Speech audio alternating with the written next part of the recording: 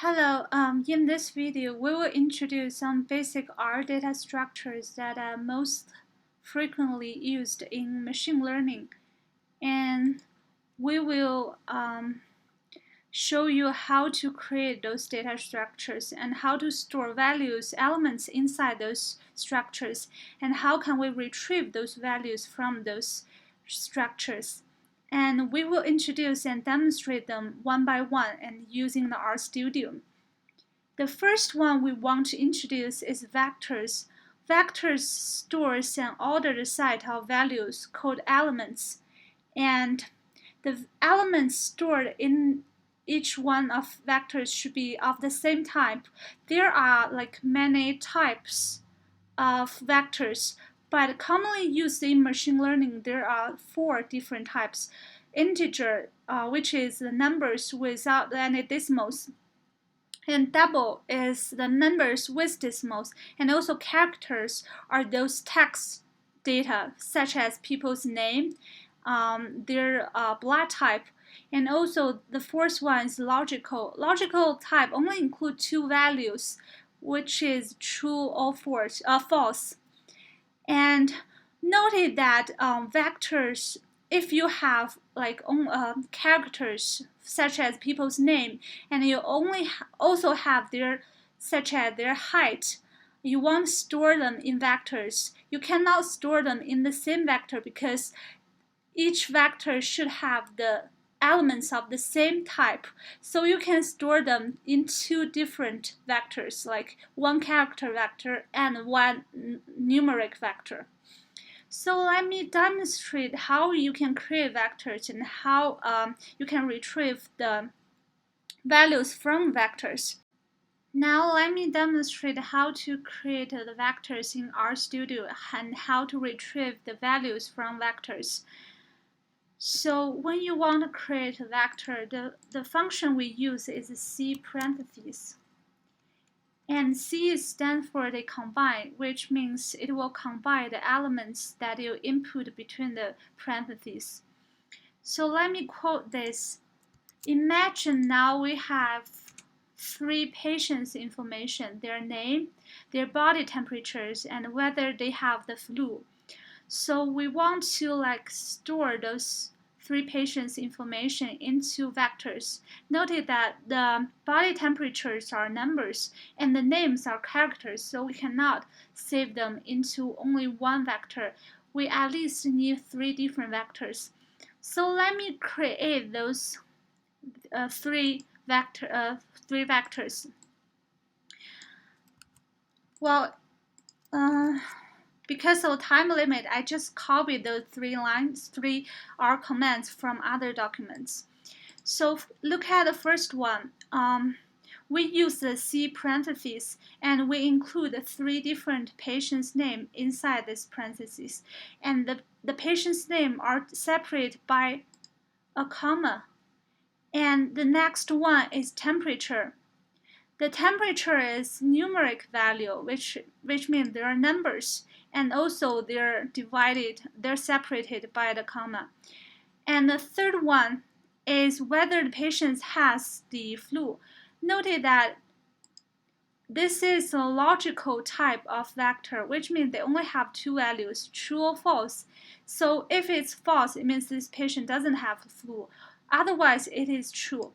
So we use this arrow, assign this combination of elements to a name, subject name, temperature, and flu status. Well, if you're interested in the type of the subject name or you're interested in the type of temperature, you can either use class or type of functions to retrieve their type information. So now let me run this first. So let me run the subject name first. So here you don't see any errors returning, so means these 3 names have been successfully saved as the subject name. And then let me run the temperature too and flu status. So you can see also from here that those 3 variables has been successfully created under the environment. And I want to know the type of subject name.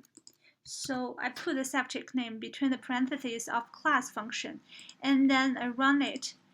It will output that it is the character type.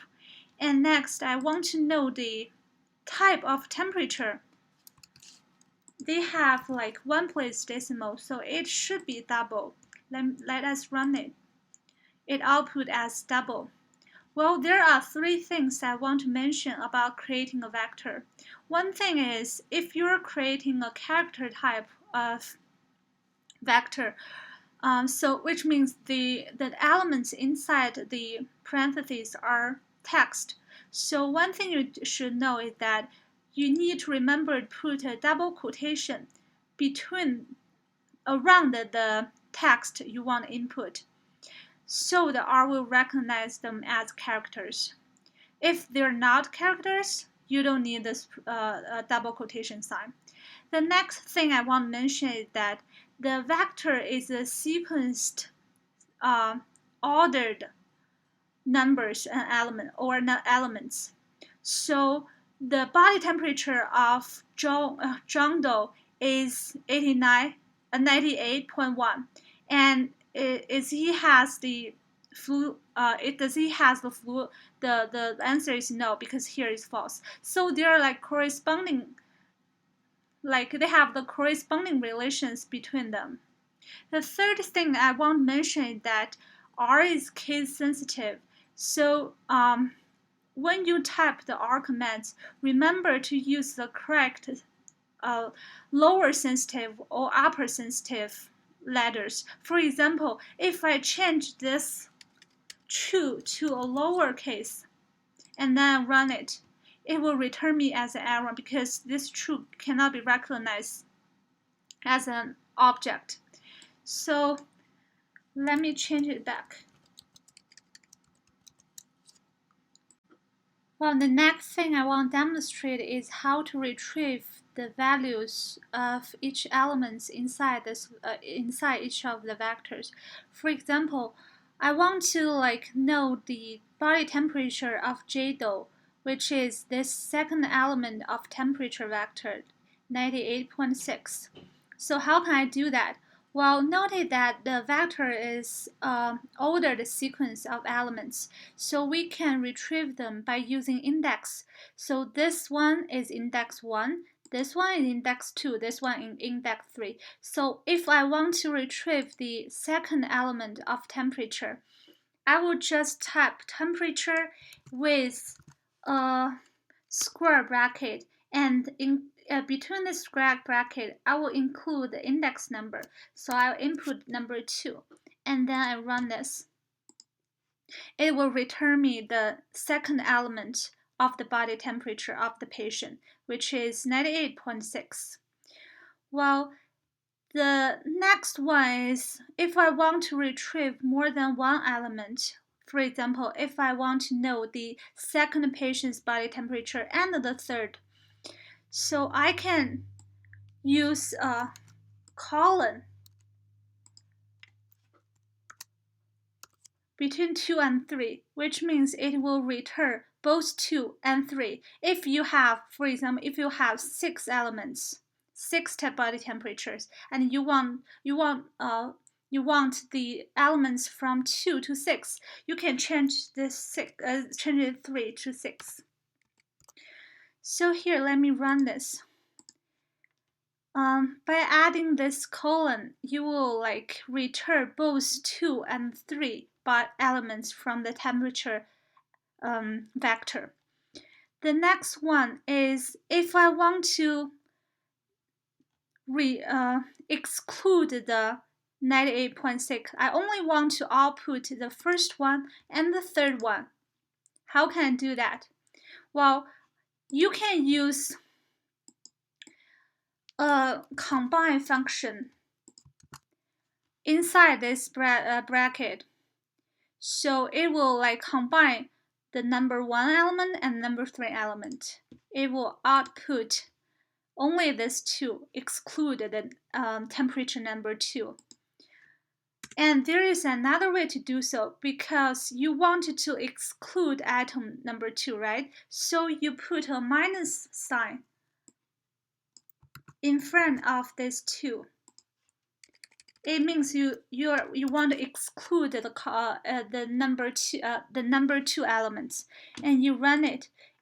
This 2 does the same thing. The next one is you can also use a vector to indicate whether you want to include them. So for example, I also use the combine function. But inside this combine function, we put logical elements.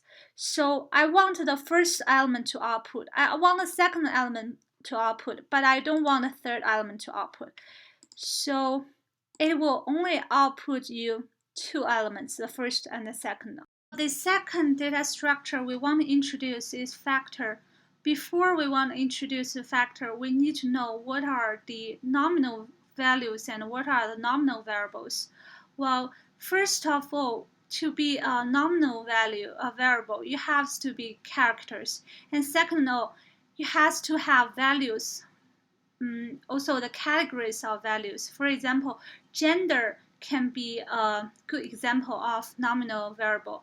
Gender has only 2 categories, female and male. So a person's gender its value could only be female or male. Another example can be the university program. So it can be 3 levels and 3 categories. For example, undergrad program, master program, and PhD program.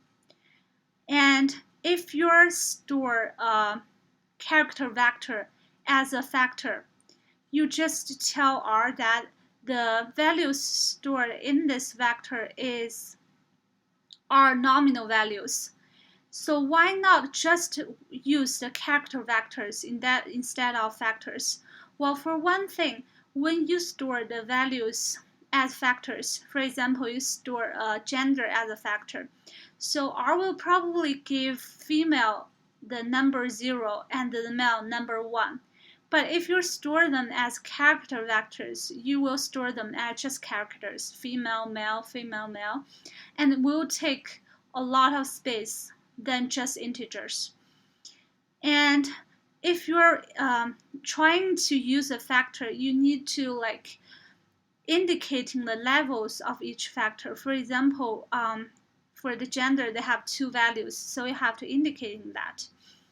The next thing we want to mention is ordinal values. Factors can also represent ordinal values. Ordinal values is similar to nominal values, but it has certain order for their values. For example, when you order something from a restaurant, well, they may ask you the spicy level of your meal. It may give some options such as no spicy, mild, medium, spicy, or crazy spicy. So between each levels, it certainly has some differences. While R will treat the ordinal values differently with a sequence, but it will treat nominal values equally. So next, we will demonstrate how to create the factors in RStudio and how to retrieve the values from factors. Well, we will demonstrate how we can create the factors in RStudio. Well, for the time limit's sake, I already have those arguments here available. I'm gonna go through it and run them one by one. So here, in order to transform a vector into a factor, we will use the function factor parentheses, and inside this parentheses we'll include the vector we want to transform. So we want to include more information for the 3 patients. So we want to add the gender information. So the gender can be a good example of factor. So it only has 2 values, female and male. So those 3 people, we do not need the levels here because it already has both male and female. So let us run this one. So it has successfully been created as gender. And let's code the gender. So it will output the values male, female, and male. And the levels here is female and male. Next, we want to add the blood type factor to patient's information. Well, a patient's blood type can be select from these three values.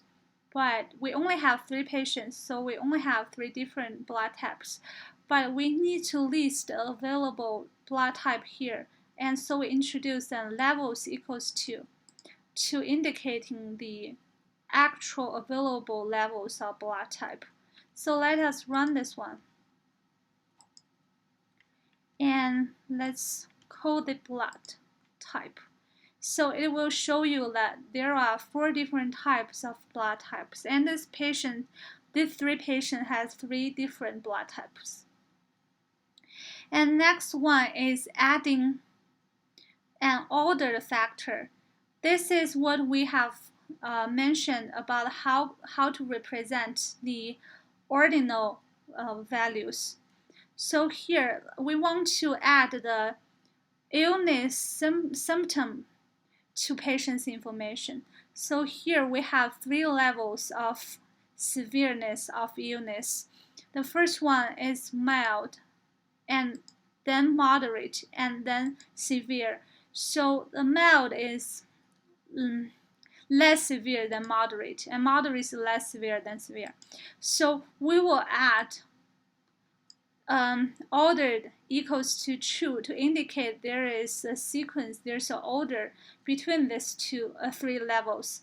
So let us run this one.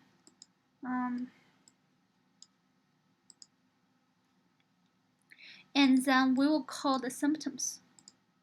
So it will show you here that levels has orders. So the mild is less than moderate and it's less than severe. And when we want to know the symptom that is greater than moderate, we use symptoms larger than moderate to show the severeness. Next data structure we're going to introduce is list. List is similar to vectors we just introduced. It is also an ordered set of elements.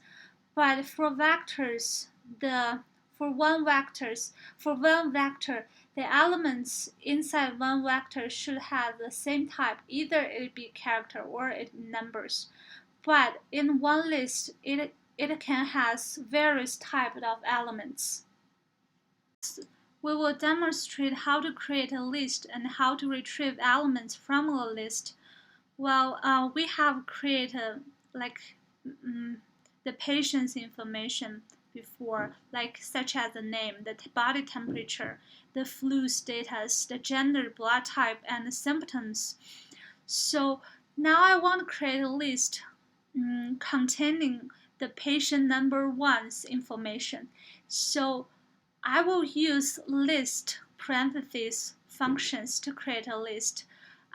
Inside this parentheses, I just enter all the elements of patient number 1. For example, patient number 1 is John Doe, right? So I only include John Doe and John Doe's temperature and John Doe's gender and everything inside this list. And I give each element a name. For example, I give this John Doe a title called full name and temperature and so on and so forth.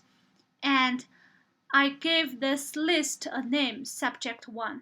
So let us run this subject 1 and display the information of patient number 1. So here it will show the patient's information such as the name, temperature, and so on and so forth. It only displays the patient number 1 because we only include the patient number 1's information in this list. Well, next we want to retrieve the elements, the blood type or name or anything from this list. Well, remember that the list is also an ordered set of elements. So we can also retrieve them using index number. So full name is in the index number 1, temperature 2, so on and so forth. Symptom is number 1, 2, 3, 4, 6. So if I want to retrieve the temperature of John Doe, I can use subject and remember this square bracket and include the index number 2. So it will return me the temperature of John Doe. It also returns me the name, the title of the temperature, which is temperature. Well, if I only want the numeric value, only want this 98.1 to show up, I use double bracket. It only give me the number, the actual temperature. Well, because we give the titles for each element, we can use the title to code to return the values. So here we use a $sign. So this is subject 1, right? It is a list. And then we use a $sign together with the element name and then run it. It will also return temperature. So these two approaches are the same. Well, next one, if I want to return, like display more than one element of patient 1, so I want both the temperature and the flu status to show up in the console window. And here we will use the ccombine method to combine those two elements together. So similarly, let us run this. It will give me the temperature and also the flu status. Well, we can also use the column. Remember, the column can also combine two values together, two elements together. So we use this list and to combine the column 2 and 3. It also gives me the temperature and the flu status. Well, next we will introduce another data structure called data frames. Data frames are the most important R data structure that utilized in machine learning, and it is analogous to a spreadsheet or database. Basically, it creates some kind of like a table. It has different rows and different columns, and those columns can be different types. So for different columns, it can include like names, which is character, and ages, which is numbers. So for like, if I want to create data frames for those 3 patients, well, each row can be the record for 1 patient, and each column can be the different features we just included, such as name, blood type, and temperature, so on and so forth. Here we will demonstrate you how can we create a data structure in RStudio. Well, if you want to create a data structure, we will use data.frame and a parentheses and include all the vectors you want to include for this data structure.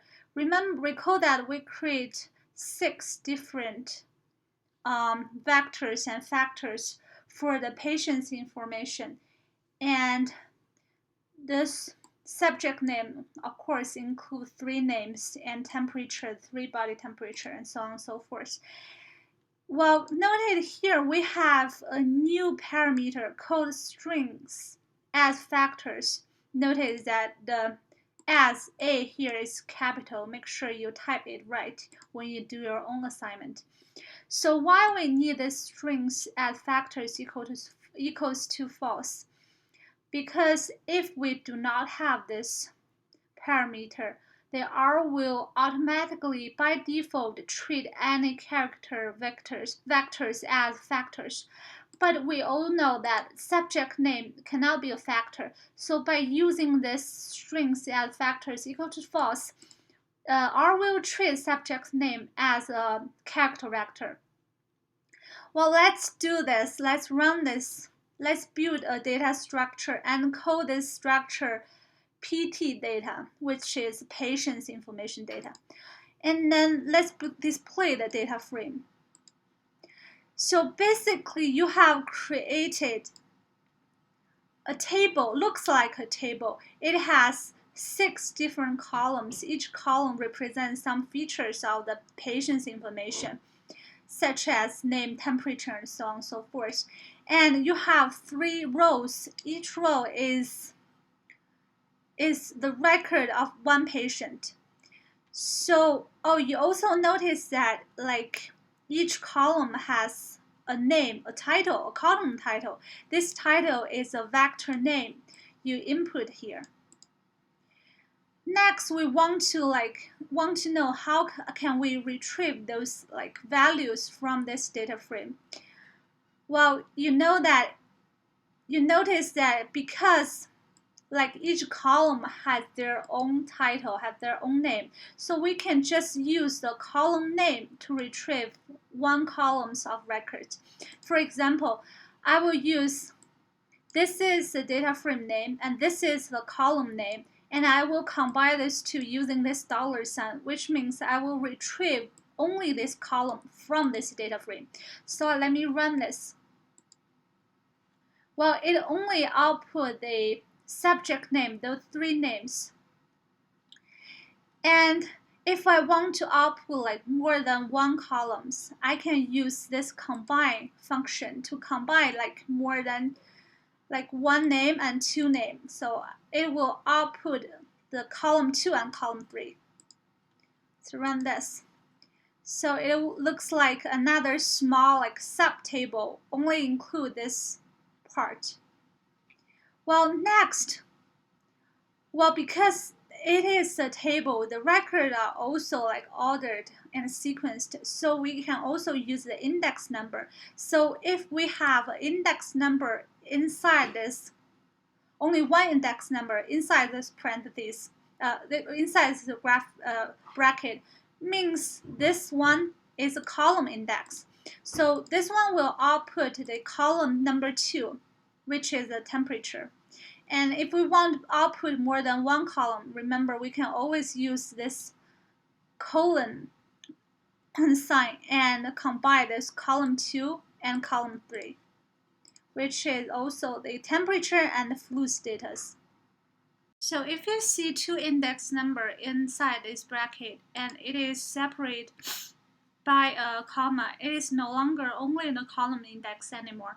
So the number before this comma is the row index, and the one after this comma is the column index number. So here it serves as a ordinate to locate the element you want to output. So here we want to output the element, the value on the first row and on the second column. So let's see from the table. So first row, second column. So this this will output the 98.1. So let's see if it can output 98. Yeah, it is. It will output the first patient's body temperature.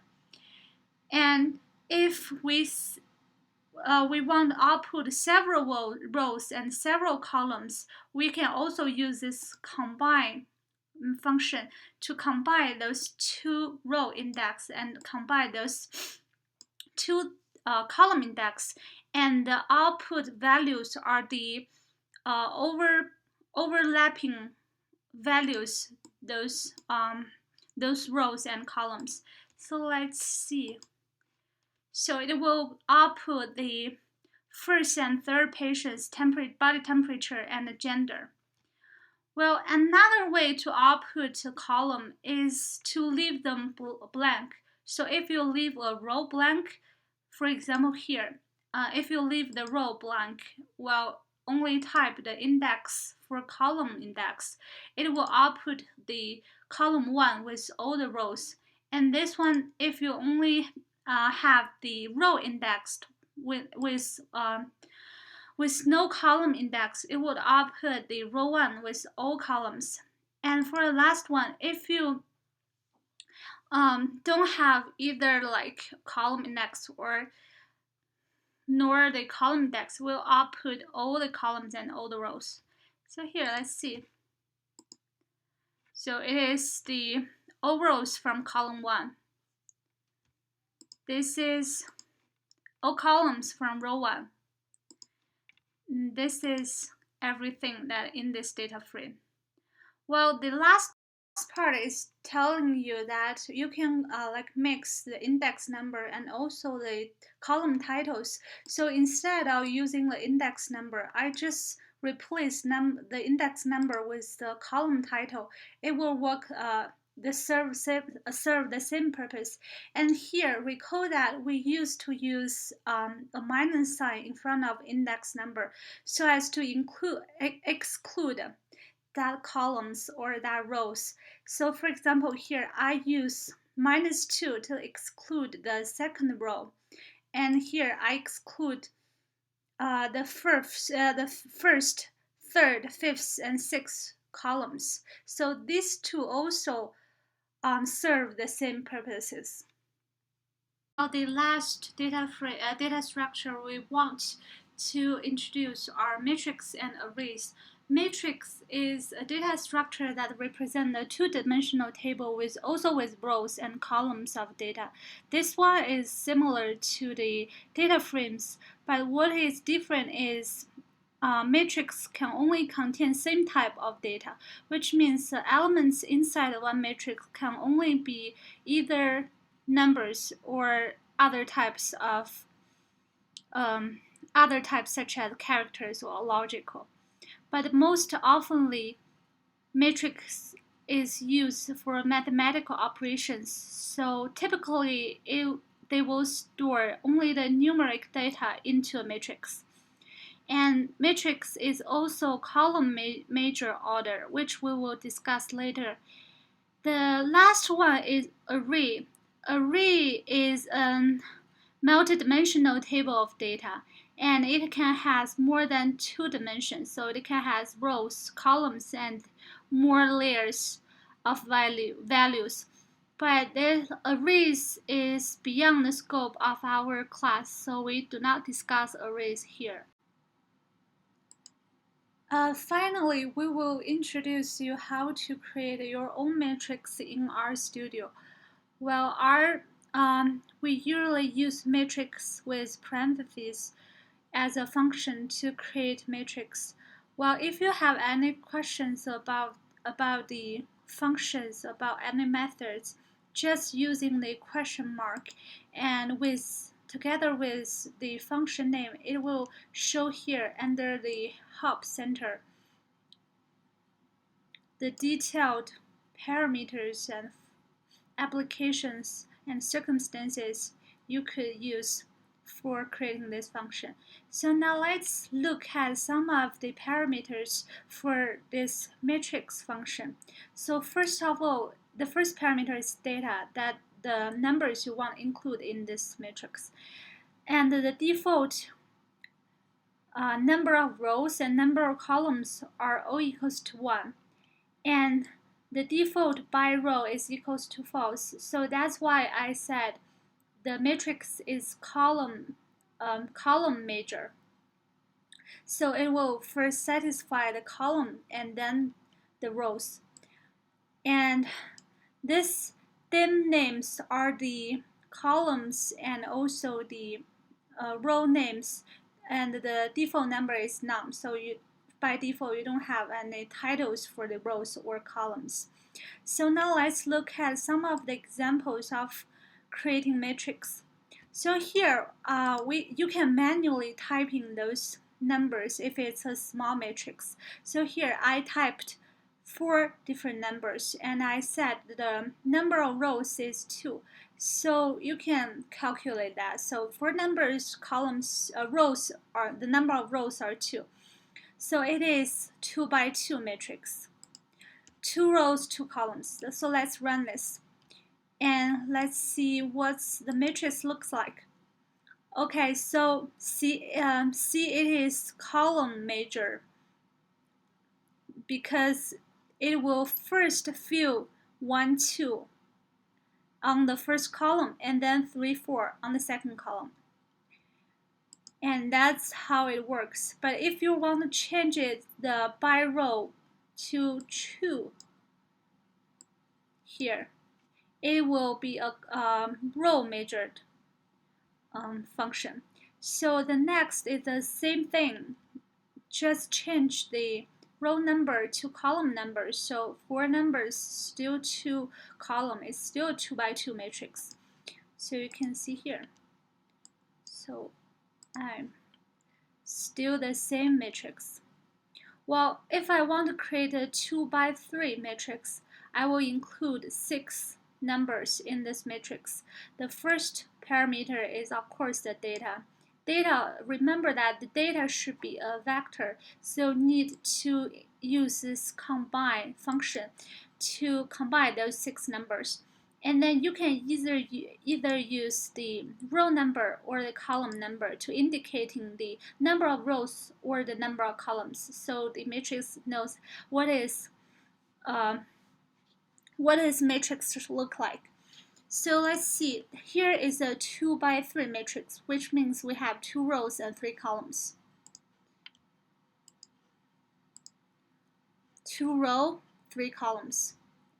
And here is the 3 by 2 matrix.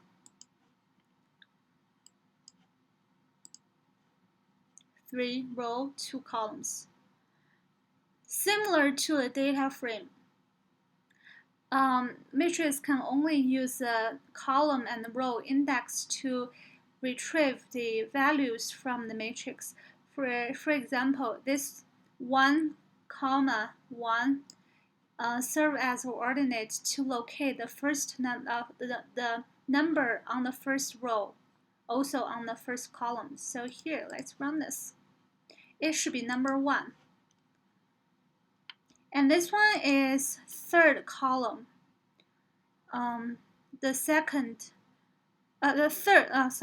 Third row, second column. So it should be 6.